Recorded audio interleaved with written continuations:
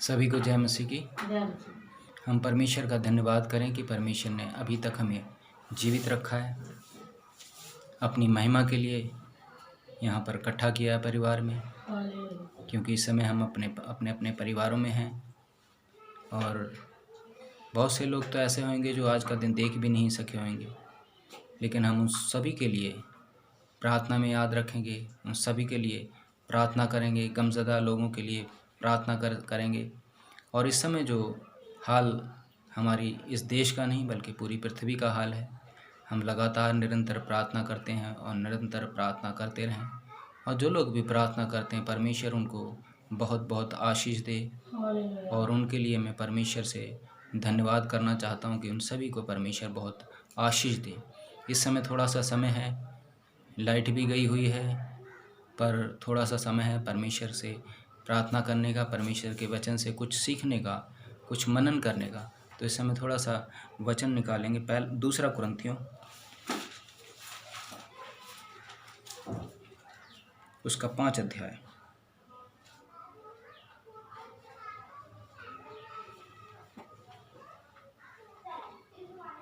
उसकी पहली आयत पर।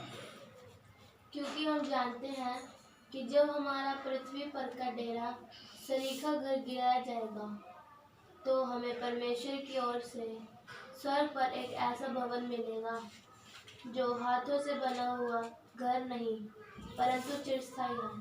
हालेलुया। धन्यवाद हो, धन्यवाद हो, धन्यवाद हो, धन्यवाद हो, धन्यवाद हो, धन्यवाद हो, धन्यवाद हो सर्वशक्तिमान दयालु पिता परमेश्वर। हम एक बारी फिर तेरे चरणों में आते हैं, तेरा धन्यवाद करते हैं सुंदर वचन के लिए पिता परमेश्वर। पिता परमेश्वर, इस समय पिता परमेश्वर हम अपने अपने घरों को, अपनी अपनी ज़रूरतों को लेकर बहुत ज़्यादा परेशान हैं। लेकिन पिता परमेश्वर ये सांसारिक है और ये पिता परमेश्वर स्थायी नहीं है। पर पिता परमेश्वर, जब हम तुझ में हैं, तेरे विश्वास में, एक स्थायी मकान के लिए, स्थायी घर के लिए जब हम पिता तेरे सामने आए हुए हैं, पिता परमेश्वर तो हमें इस लायक बना ताकि पिता परमेश्वर हम इस पिता परमेश्वर नाश होने वाले घर के लिए नहीं, बल्कि तेरे जो निरंतर बने हुए घर में पिता परमेश्वर रह सकें और तेरी शरण में रह सकें। पिता परमेश्वर, इस वक्त जो भी वचन से मैं बोलता हूँ, मुझे अकल बुद्धि समझ दे, क्योंकि तूने कहा है बोलने वाले तुम नहीं, बोलने वाला मैं हूँ। मेरी जुबान से कोई ऐसा शब्द ना निकले जो किसी के दिल पर ठेस पहुंचाने वाला हो, बल्कि पिता परमेश्वर तेरे वचन के अनुसार जो भी बोले, मेरी जुबान से सिर्फ तू ही बोले। और पिता परमेश्वर, जितने भी लोग इस वचनों को सुनते हैं, उन लोगों का स्वभाव बदलने पाए, उनकी बोलचाल बदलने पाए। पिता परमेश्वर वो बदल कर, अपने स्वभाव को बदल कर दूसरों को बदलने में कामयाब हो सके। पिता परमेश्वर, हमारे दिलों को, हमारे गलों को खोल, ताकि हम खुलकर तेरे वचन को ग्रहण कर सकें। मांगते यीशु के नाम से, आमीन। हालेलुया। हम जब परमेश्वर में हैं और परमेश्वर के वचन को बहुत से लोग बहुत गहराई से लेते हैं और बहुत से लोग गहराई से नहीं लेते हैं, बहुत से लोग सिर्फ फॉर्मेलिटी के लिए लेते हैं।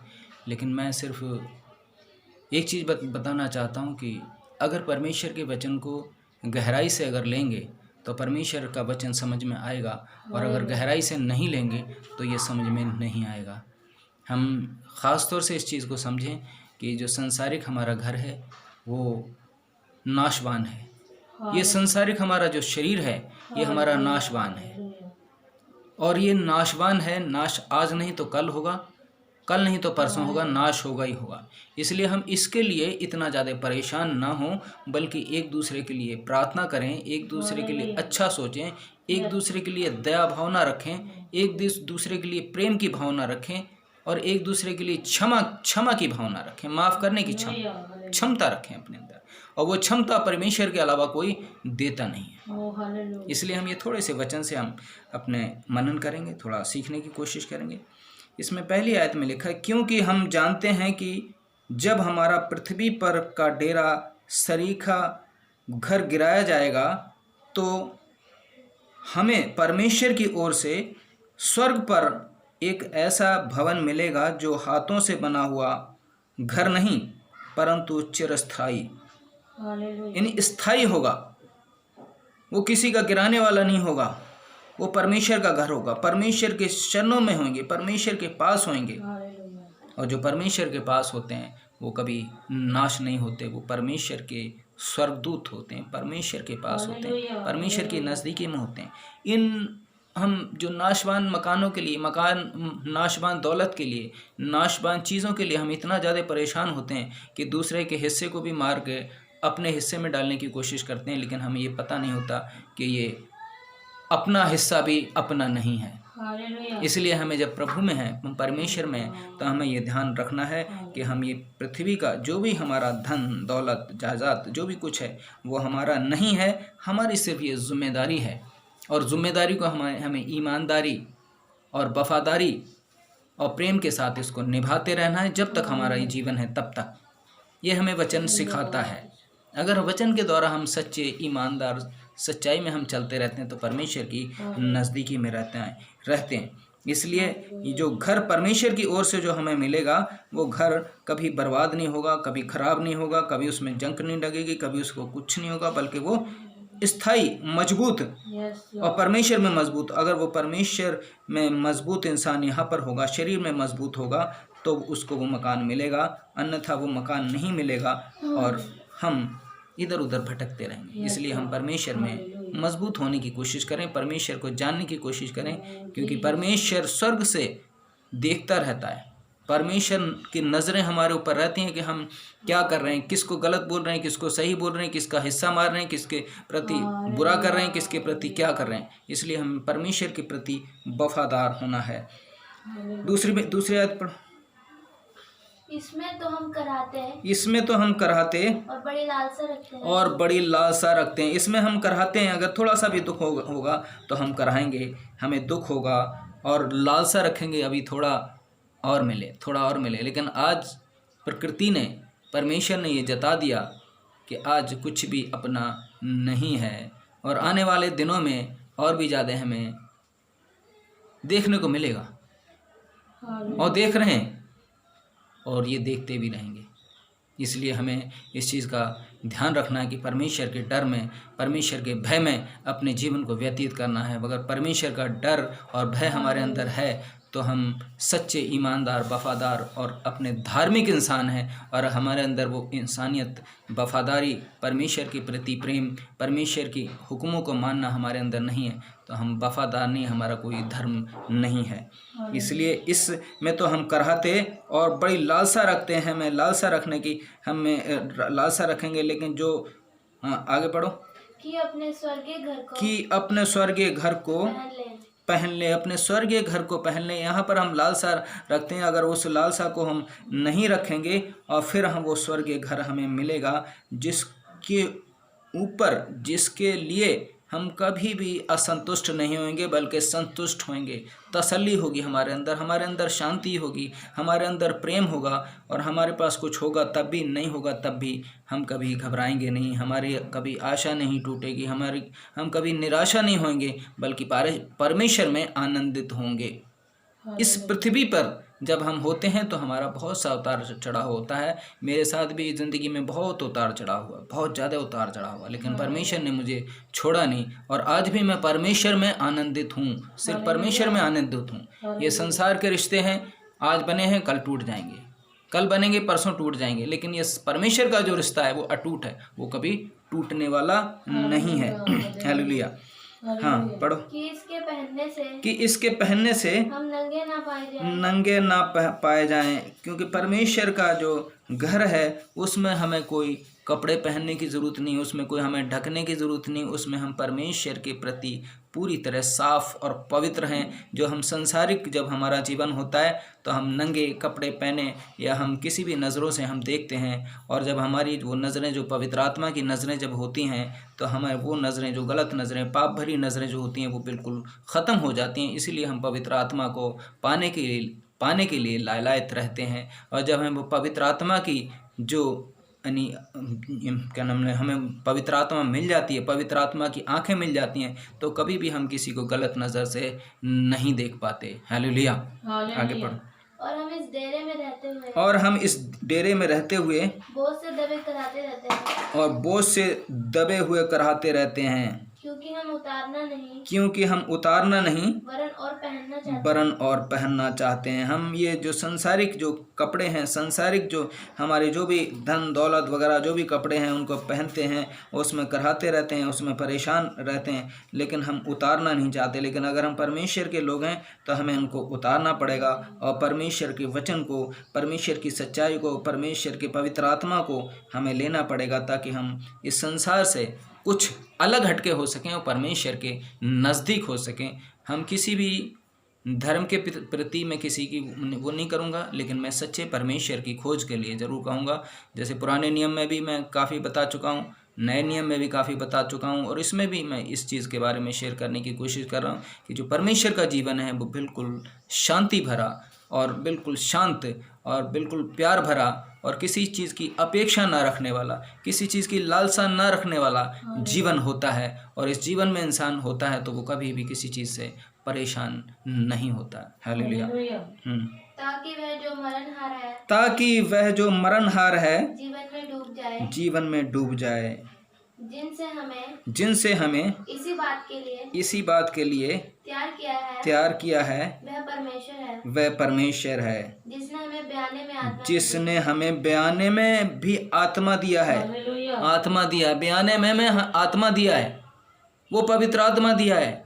इसलिए हम जब पवित्र आत्मा हमारे अंदर आ जाता है तो हम किसी के प्रति वफादार होने के अलावा कभी किसी के साथ बेवफाई नहीं करते हैं, ईमानदारी ही करते हैं, सच्चाई ही करते हैं, और किसी के साथ ऐसा कोशिश नहीं करते कि वो गलत करें।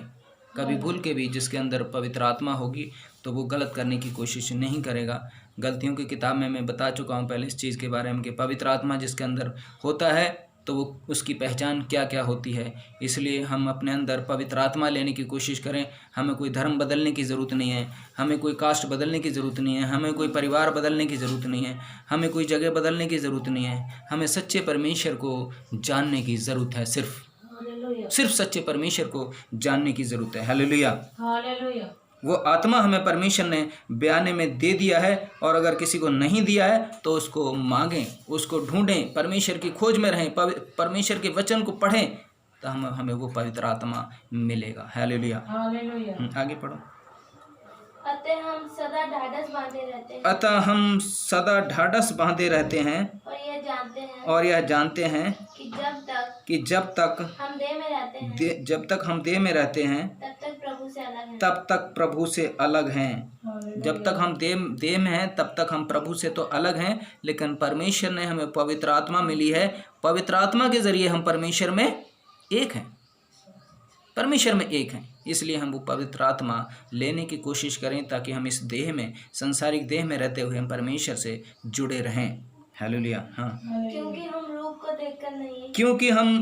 देखकर नहीं पर विश्वास से चलते हैं। हम रूप को देखकर नहीं, हम कोई रूप को देखकर नहीं, बल्कि पर विश्वास से चलते हैं। हमारे अंदर विश्वास है, और विश्वास सबसे बड़ी चीज़ है, ये हम पहले जान चुके हैं। इसलिए सबसे बड़ी हमें विश्वास की ज़रूरत है। हाँ, इसलिए हम ढाढ़स बांधे रहते हैं और देह से अलग होकर प्रभु के साथ रहना और भी उत्तम समझते हैं। प्रभु के साथ रहना हमें और भी उत्तम लगता है और भी आनंदित लगता है। इसीलिए जो प्रभु के साथ रहता है वो आनंदित रहता है। इसीलिए मुझे भी परमेश्वर ने वो आनंद दिया है जो मैं ज़िंदगी में कभी सोच भी नहीं सकता कि वो आनंद मुझे मिलेगा।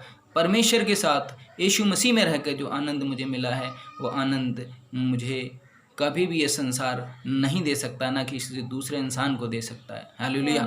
इसलिए हम अपने आप को इसलिए हम ढाढ़स बांधे रहते हैं और देह से अलग होकर प्रभु के साथ रहना और भी उत्तम समझते हैं। प्रभु के साथ रहना और भी उत्तम समझते हैं। प्रभु के साथ रहना हमें उत्तम है। हमें कोई कास्ट, हमें कोई समाज, हमें कुछ बदलने की ज़रूरत नहीं है, सिर्फ अपने आप को बदलने की ज़रूरत है। बदलाव, अपने मन को बदलने की ज़रूरत है, अपने परिवर्तन करने की ज़रूरत है सिर्फ, और कुछ नहीं करने की ज़रूरत है। हाँ, आगे पढ़ो। इस कारण हमारे मन की उमंग यह है कि चाहे साथ रहें चाहे अलग रहें, पर हम उसे भाते रहें। परमेश्वर में हम भाते रहें, चाहे अलग रहें चाहे साथ में रहें, लेकिन परमेश्वर में हम भाते रहें। परमेश्वर में पसंद हों, परमेश्वर को यानी हम अच्छे लगें, परमेश्वर ही की इच्छा हमारे द्वारा पूरी हो, सिर्फ परमेश्वर की इच्छा पूरी हो, हम सिर्फ परमेश्वर के लिए अपना जीवन जिएं। परमेश्वर जो हमें जिम्मेदारी देता है उसके लिए हम अपने जीवन को व्यतीत करें, क्योंकि ये जीवन थोड़े दिन का होता है और इस जीवन को ईमानदारी के साथ, सच्चाई के साथ अगर हम निभाते रहते हैं, परमेश्वर को हम भाते रहते हैं। हाँ, क्योंकि अवश्य है कि हम सब का हाल मसीह के आसन के सामने खुल जाए। मसीह के सामने ये आसन खुलेगा। ये हमारे जो भी काम हैं, हमारे जो भी हालात हैं, हमारी जो भी बातें हैं, वो मसीह के सामने खुलेंगी।